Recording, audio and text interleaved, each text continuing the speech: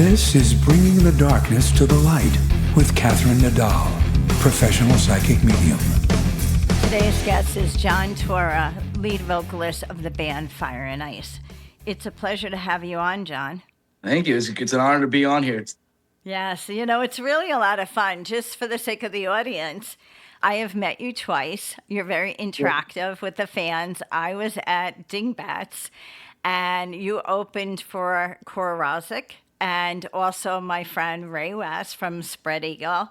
And wow, the crowd really comes out. I remember running up to you at the merch table, and I grabbed your arm, and I'm like, "Where are you guys from?" And you were like, "Well, I'm from Long Island." And I was like, "My sister lives in Long Island." And you were like, "Where?" I think you guys were like one town away from each other or something. So I was like, I have to follow this band. I was like, they're local enough. This is cool.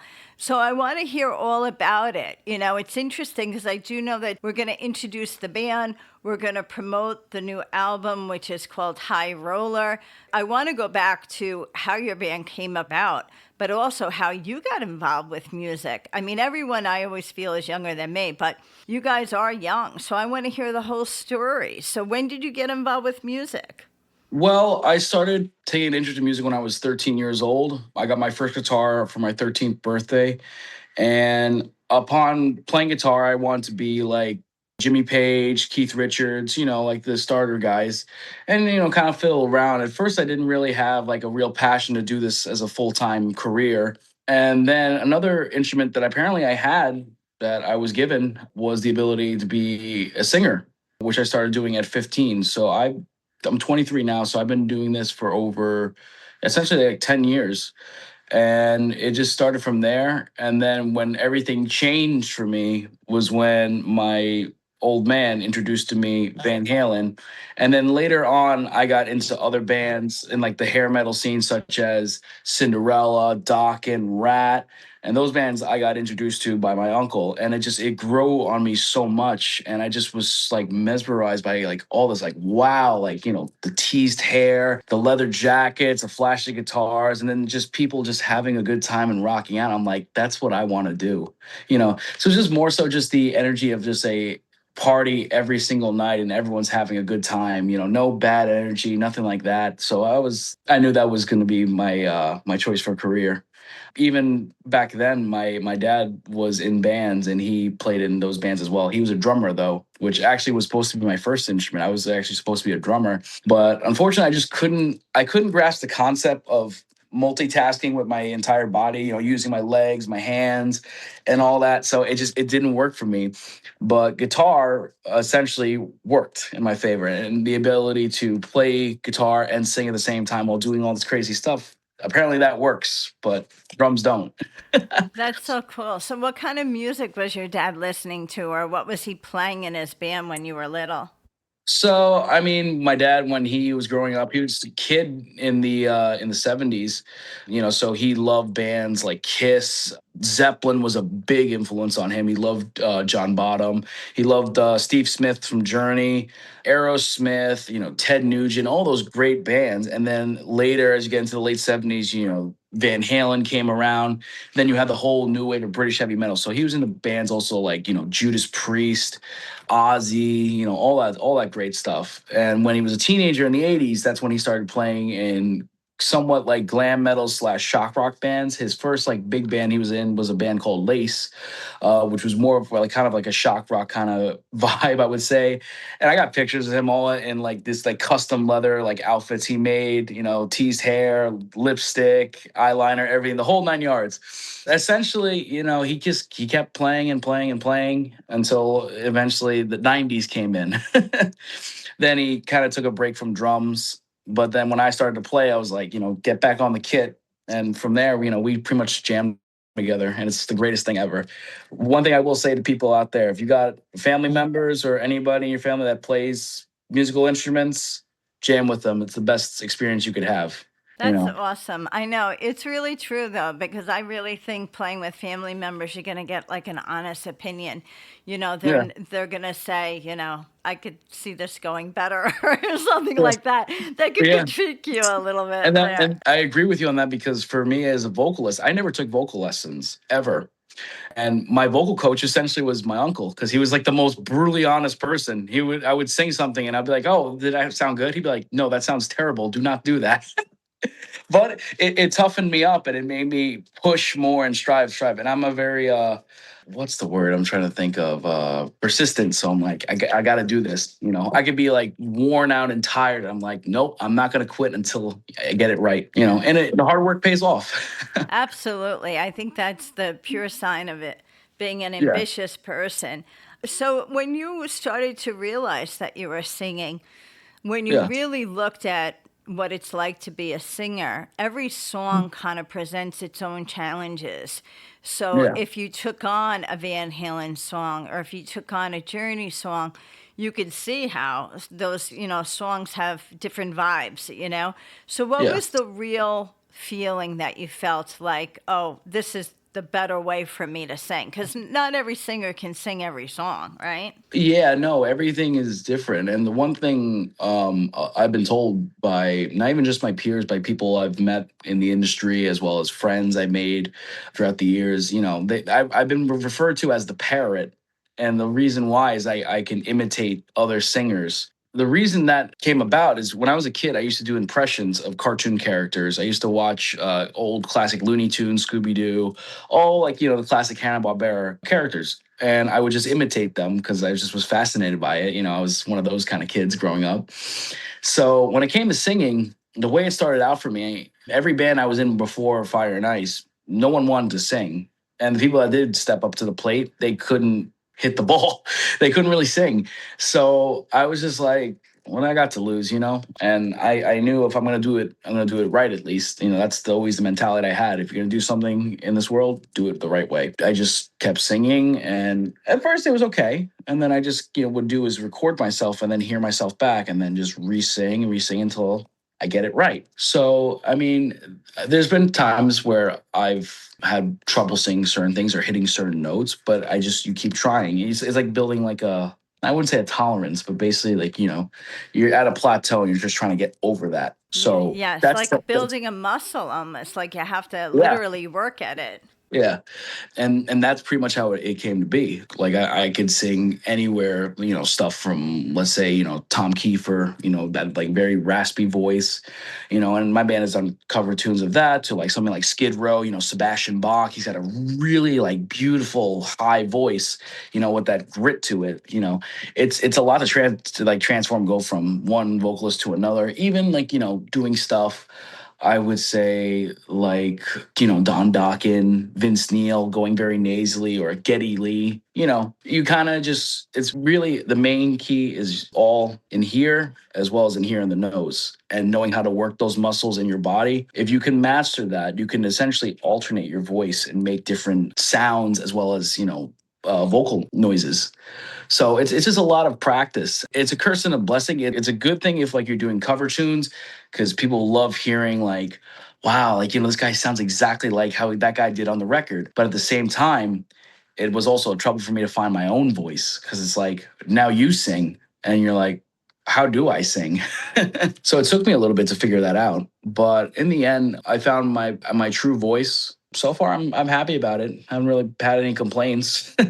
But, Well, I have to say, from standing in the audience, you can hit the high notes. yeah. Yeah, I've seen Yeah. it. Yeah, it's Yeah. good. Yeah, no, it's some people have because like said to me like damn, like how high can you hit? I'm like, I could get up there. Some days I can hit this level, and then if a day is like, the voice is rested and the adrenaline is high enough, all the way up. That's So great. Yeah. So, yeah. do you think when you started playing guitar that you played by ear?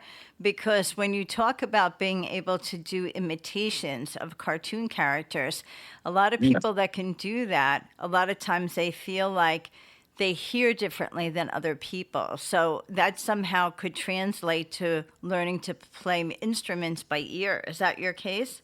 Yeah, I mean, in the beginning, after like I got the basics down, I used to read tablature because I never could read sheet music. I never was musically inclined like that, knowledge on theory. I knew a handful, but I essentially made my own book. like most of the rock musicians, well, I should say rock guitarists, they kind of make your own book. Even Eddie Van Halen, he made his own book and he did his own thing and made things work for him.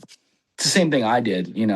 I mean, obviously you have your scales and your pentatonics and stuff like that, but essentially, like for me, it was I learned the basics, but then I made my own guitar book and learned how I do it and knew how to construct riffs or write songs in my own fashion. Like where to go. I might not know the technical term, but I knew where to play and why you play it there.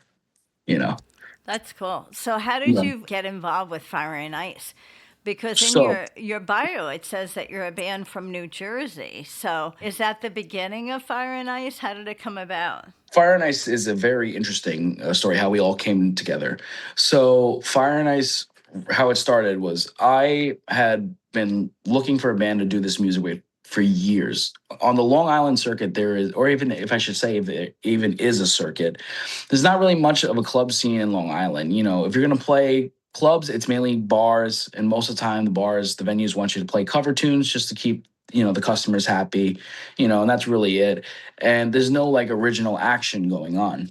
So I had put an ad out on a thing called Band Mix, trying to find other musicians that want to do what I do, and not even just the taste of music, the style, the attitude, and going all the way. So I had gotten hit up by a kid in New Jersey who is a drummer for a band called Chasing Stars now, a guy named Danny Gadish. He had messaged me and saw my ad saying, "Hey, I like what you're about.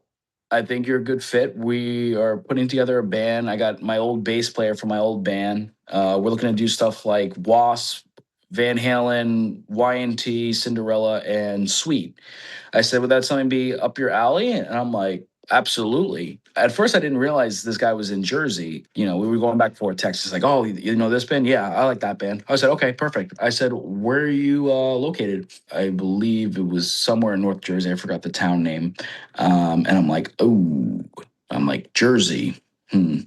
I said, let me give it some thought because I never thought I would go exploring outside of Long Island. I'm thinking like Jersey, that's a whole other state. Am I really looking forward to really doing that? Of course I am, because you know why? Because this is my life. I love doing this. I live, breathe, and eat the stuff. So I love music. So I said, okay, let's set up a date. I will be there. And I remember when I showed up, and I'm thinking like, God, are these guys even gonna like me? I got the hair, but compared to like that whole genre, I'm a bigger dude. I'm not really like the skinny, with the whole girly look to it. I got like the baby face. My hair wasn't like too long, and I showed up with a Metallica shirt and acid wash, and my Reeboks and a Les Paul, and which is another thing, another guitar that's not like 80s. That was more of the 70s thing. So I showed up, and at that rehearsal, I had met the kid Danny, who was a drummer. And later in the night, I had met Mark, our bass player. We jammed, and we were like, okay, we got this all set up. Unfortunately, it didn't work out. Essentially, I don't even think we had another rehearsal. Actually, no, we did. We had one more rehearsal after, and then essentially the plug got pulled on that. And I was kind of destroyed. Like, great, I found guys that want to play this music, and that just went out the window. So I didn't give up. So I had Mark's number. So I called Mark up. I'm like, "Hey, man, listen, I know that already fell out. We didn't even play a show yet. We didn't do anything. We just did 2 rehearsals, and that was it." I was like, "Listen, I want to keep this thing going." I said, "I found a kid on Band Mix. He's from the South Bronx. He says he's in the same stuff like us. He's basically Warren DeMartini and George Lynch combined." I said, "He's definitely our guy." I said, "Would you be up to that if he's down?" And Mark was like, "Yeah." I don't know how Mark didn't put 2 and 2 together, but essentially I found out that person I was referring to that I found in the Bronx was our original guitarist, Shane Chester. And Shane and Mark used to play in a band together with that other kid, Danny. So I'm like thinking like at first, like, I don't know how you didn't click 2 and 2 together. 80s shredder kid from the Bronx, but whatever the case. So it was the 3 of us at first. We jammed and we're like, okay, this is great. Now we need a drummer. Shane had someone he had met in Staten Island who was a lot older than us, but that wasn't going to work out. I had a college buddy who, had short hair, and he liked some of the songs, but he was more so a classic rock guy. He was more into bands like the Beatles, Rush, so the classics. Nothing wrong with that. Just it just wasn't what we were going for. And Shane had brought up, he goes, "Well, I was in a band called Conquer at Will. It was an upstate New York band, but the guy that plays drums is from Bayonne, New Jersey." I said, "Let me give him a call." That guy was Mike. And essentially, Mike came down. It was January of 23. We all got together and jammed for the first time. The first song we ever did was a cover tune. We did Shout at the Devil. And I remember Mike twirling his drumsticks like Tommy Lee going into that first crash, and we were just it sounded just like the record. We were like, wow, we are tight. We're doing our parts the way they're supposed to be played, and we sound great. And I'm like, this is it. This is the spark. And we all sat down, had a drink, and we're like, I think we got something going for it. And pretty much from there, we've been kicking ever since. We didn't do our first show until a year later. And then that same year, we released our debut EP, Hypnotize. And then a year from that, High Roller came out. So for the past, going on almost 3 years, we've been just trying to get to the next level each way. But that's essentially how Fire and Ice came together. Wow. So before we speak about High Roller, tell the audience about Hypnotize. How did that come about? Like, how many songs did you put out, or? So Hypnotize was basically a demo EP. I wouldn't say it was a bad demo. It was definitely not good quality compared to High Roller, but it was our first attempt at putting out music. And we put out a 4-song EP. It featured Rock This Night, Escape Into the Night, Lust for Love, and the title track Hypnotize. So we said, let's put out an EP. Let's see if people really like what we're doing, and then we continue from there. That EP we did actually at Mark's house and my house. We kind of did it ourselves. So we had no professional recording equipment like that. We were recording it through a Scarlett Focusrite and Shane's laptop, and then we would transfer the files to Mark's computer, and then basically we mixed it ourselves and produced it. So it was basically our own unique demo. We put it out there, and people really liked it. And they were like, whoa. I said, this is some cool stuff. This band sounds like Dokken, Cinderella, and Skid Row. Like, these guys are great. And we were like, yeah, this is good. Okay, so people are digging it. We didn't promote it as much as High Roller just because we were still trying to figure stuff out. This was our baby phase. We're like kids trying to figure, okay, how do we market this and do this? We put it out, and like I said, people liked it. It got to a point where we kept using the same stuff over and over. And then eventually I was like, guys, I said, everyone's not going to listen to the same 4 songs over and over. Eventually the album's going to be like this. Oh. So that's when we were like, I think we're in a position. People are liking what we're putting out. We're doing a lot of shows. And I mean, we played heavily. Like, when we released Hypnotize, we were playing gigs, 3 gigs a month, every month. We had no months off. We were just, whatever was available, we took and we put it out there and played. And I was like, we need to do an album. That's when we went into the studio and started the process of recording High Roller. Yes, I saw in your bio that it says that you were opening for shows like Steven Adler and Ted Poley, Spread Eagle, like we mentioned before. So you seem to have a very busy period. How long did it take to record High Roller? High Roller, essentially, it took about a year. Originally, we recorded it in a studio in Bayonne, the first 2 tracks. We did it in Bayonne at a place. It was a buddy of ours. His name was Igor. He recorded, we did Black Widow, and I believe it was maybe Escape Into the Night. We recorded those 2 there, and then the studio closed down, so we ended up scrapping those tracks.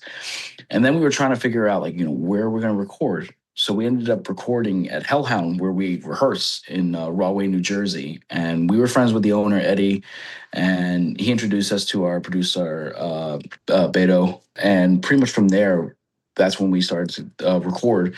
And it was The reason why it was a longer process than we thought, I originally thought this would take maybe 6 months because, we were very on top of things. But the one thing that was great with working with Beto is that he was a producer. And when I mean he's a producer, yeah, of course he's a producer. I said, no, he's a producer. And the reason why I say that is because we would record something and in our heads we're thinking like, oh, that was a good take. And he'll be like, do it again. And there was multiples of that. And that's why it took longer because he saw our vision. We had given him a couple of albums that were like albums of our heroes. So, we said like, here, listen to these albums. Listen to Dokken albums. Listen to Cinderella, Quiet Riot, Winger, Skid Row, Aerosmith, Van Halen. So he listened to all those albums and he got an idea of what we're looking for. And so when we went to record, he was like, he'd hear what we would play. If it was not like, if it was just off by that, he was like, you got to do it again, boys. At first we were like, this is very stressful. But then all the hard work paid off because in the end, it was a masterpiece. And we were so happy and so proud. There were sometimes we were in there like, whoa, I said, people are going to love this when this comes out. Like, I wonder what people are going to think of it. It paid off in the end. And it wasn't terrible. I think in the end, it was close to $15,000 we spent to make the album, which is cheap in the record world. I know a lot of records that we grew up listening to. They probably cost like 50 grand to 100 grand just to make. For us, for a low budget album, it came out great. Yes, well, there's a will, there's a way, right? So tell us about the tune High Roller, which is named after the album. What is that song about, or give the audience an idea of how that song came about for the band? Well, the whole inspiration behind High Roller and essentially the whole image of the album came from Mike. Mike had always been fascinated with dice and the whole casino, Goodfellas kind of scenery, because we were New York, New Jersey. So, and we love like The Sopranos and like Goodfellas, Bronx Tale, like all those classic, Italian mob type movies. So Mike essentially brought the idea of that, and we liked it, and we essentially wanted to do something that no band has ever done, and we've never seen really any band do that whole casino vibe, except for like Bad Company. I believe they have an album where it has a dice on a table with a poker table in the background. I forgot what the album was called, but we came up with that idea, and then basically High Roller is essentially about a degenerate gambler.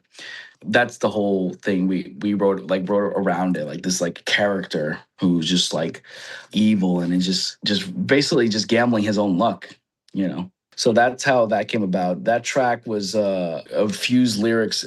Mark had written majority of it, and then I had some lyrics left over from stuff I had written, and we put it in together. And we took Mike's inspiration, a lot of Mark's songwriting, and some of the stuff I had, and we just fused it, and that's how High Roller came about.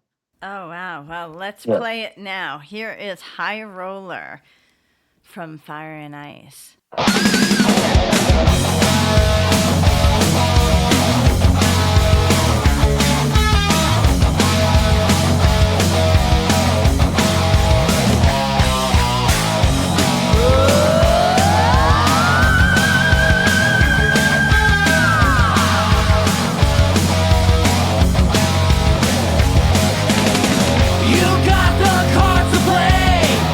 You don't got money to pay, thinking you can squeeze yourself away.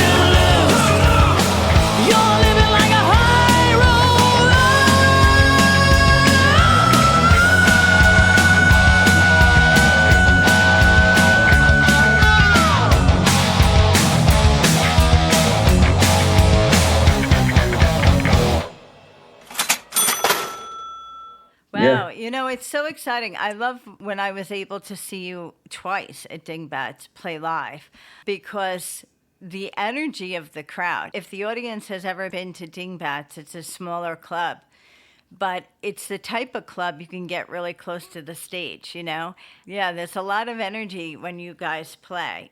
Song number 2 that we picked out is Don't You Cry. And I had read in the bio that this is like a crowd favorite. So why has it become the crowd favorite and how did the song come about? Don't You Cry, essentially, it's like one of our, I would say, ballads in a way. It was a song that Mark had written.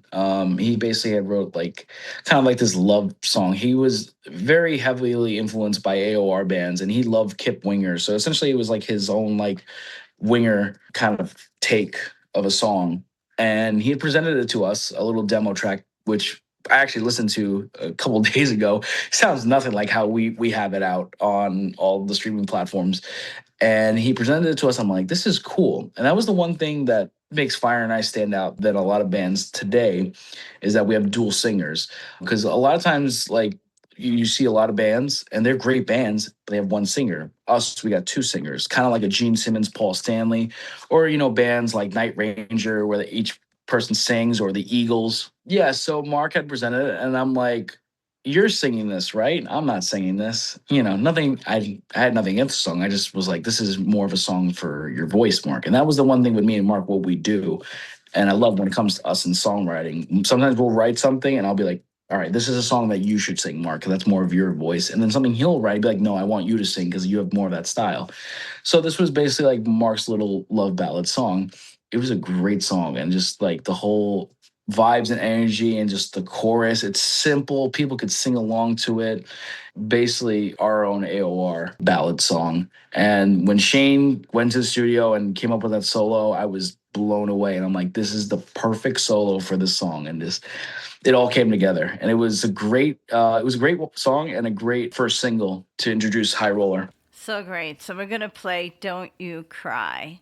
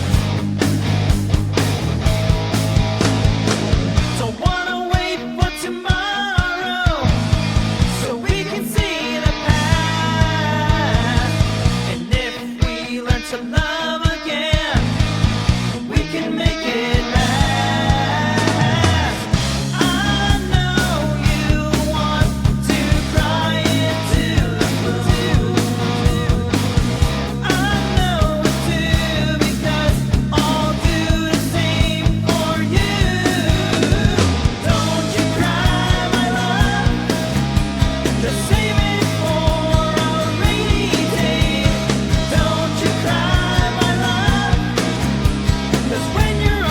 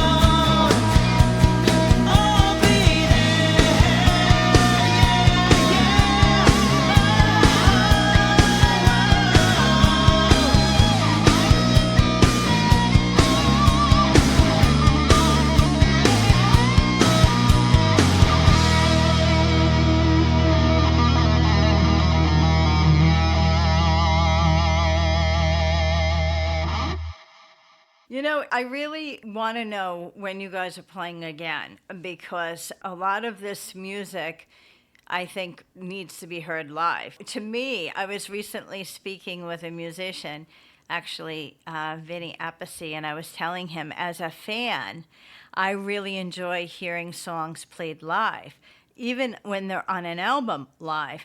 And he was like, really? And it was so Yeah. interesting because I gave him the perspective of the fan. Because when you hear it live, you hear the fans in the audience. So we're like included in the song. It's kind of really Yeah. cool. So when are you guys playing out again? Do you have anything coming up? So far we have, as of right now, what we have lined up for gigs is all in Los Angeles. We have a whole summer prepared for all our West Coast fans and people that are still rocking out the Sunset Strip. So we have in June, we are direct support for the legendary Dokken at the Whiskey A Go Go. July, we're playing with Steelheart. That's another show we're being direct support for as well. And then in August, we're back at the Whiskey again to play with Slaughter. So we have a whole summer lined up. Sunset Strip, three iconic bands from that era, one iconic venue, and then the newcomers, the new kids on the block, Fire and Ice. So we have that lineup for our summer, but we have definitely other stuff planned to be finalized that we're definitely going to announce soon.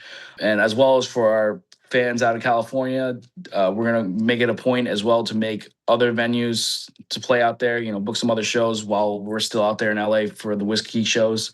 So definitely be on the lookout for that. We'll post any details on that on our Instagram.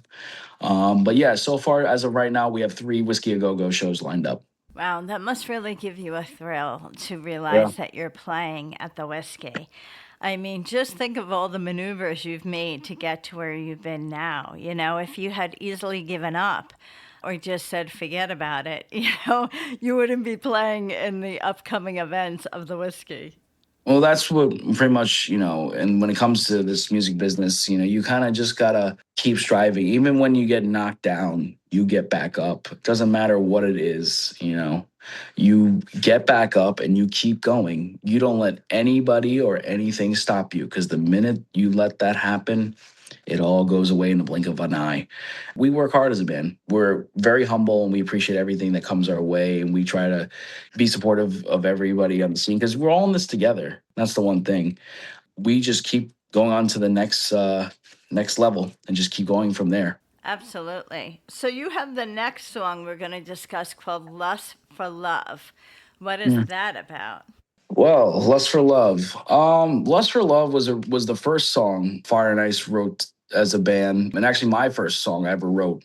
I had previously written riffs or jotted little stuff, but I mean, first fully constructed, recorded, the whole 9 yards was Lust for Love. Lust was essentially written about a previous relationship I was in and just my feelings at the time. Just I was not happy, as well as Mike as well. Pretty much we just fused with that and we made it more so kind of a universal topic instead of it being more personal. There's a lot of people out there that's going through bad relationships or bad love. So we made that our song so people can relate to it. But essentially it stemmed from that, but we made it so more so a universal kind of statement than shining light on those people from our past. Because you always got to look forward in the future. You never want to look back. The minute you dwell on the past or keep on about the past, you go nowhere. That's so true. But, I find the title very iconic to the 80s.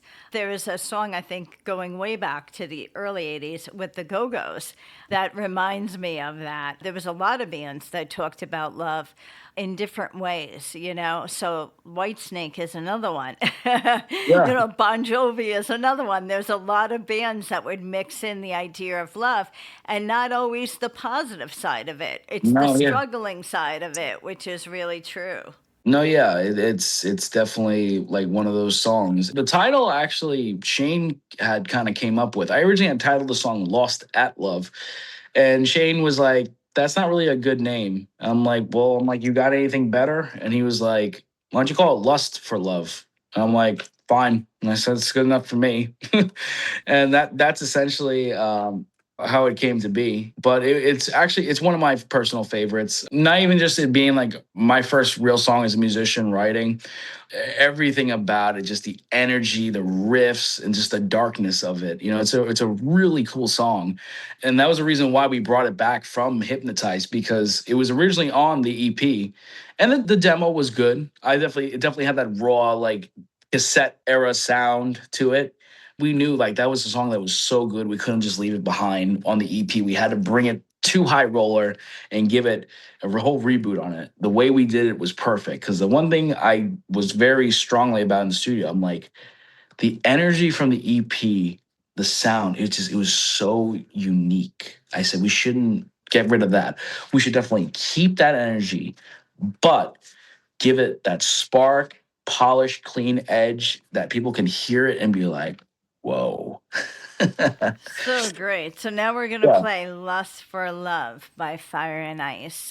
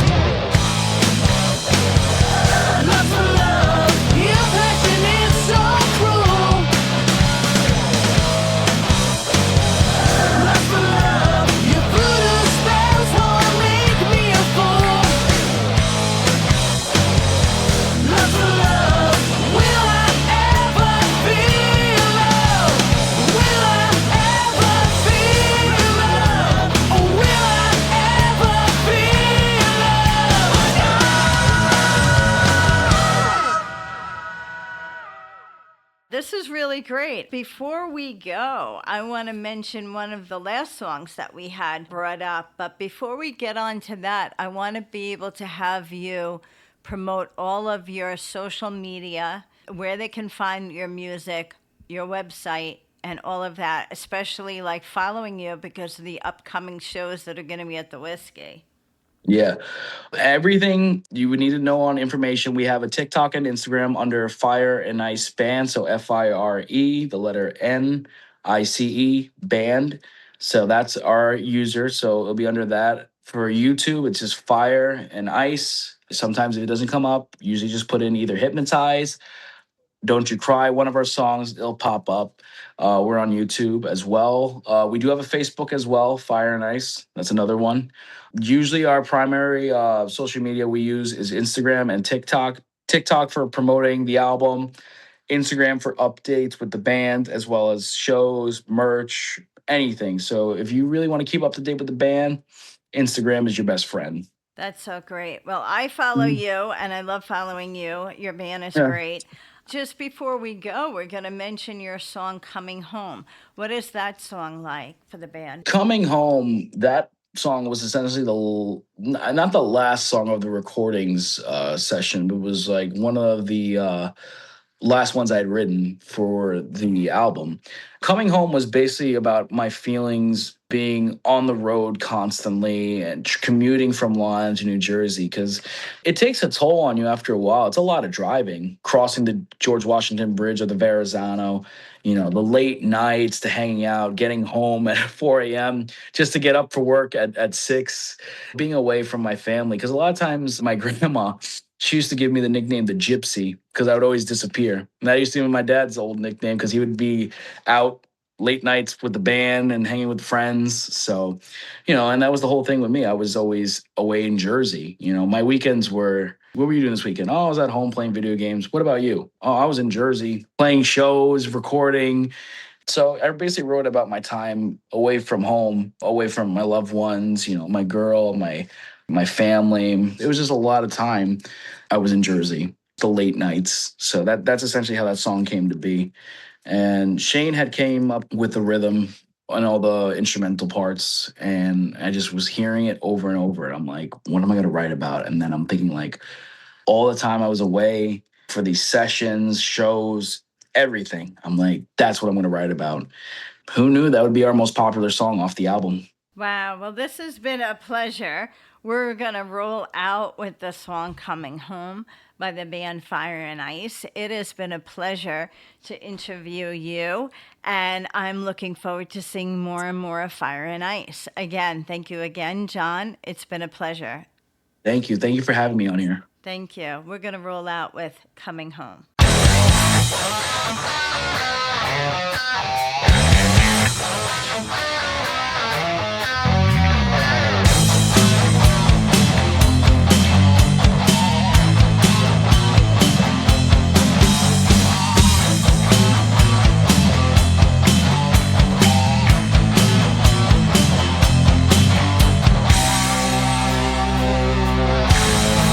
Out on these dusty roads, I've been roaming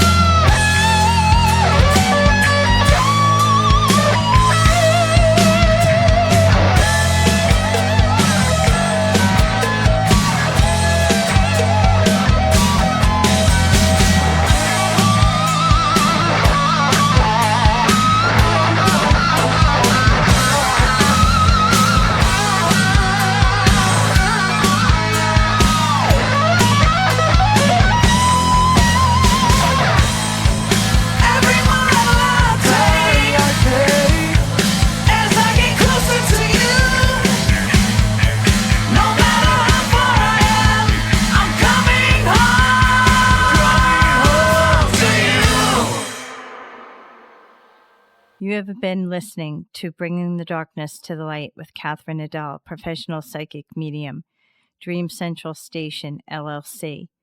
My audio editor is Al Hemberger at the Loft Recording Studios in Bronxville, New York. This is WNEW 102.7 FM radio.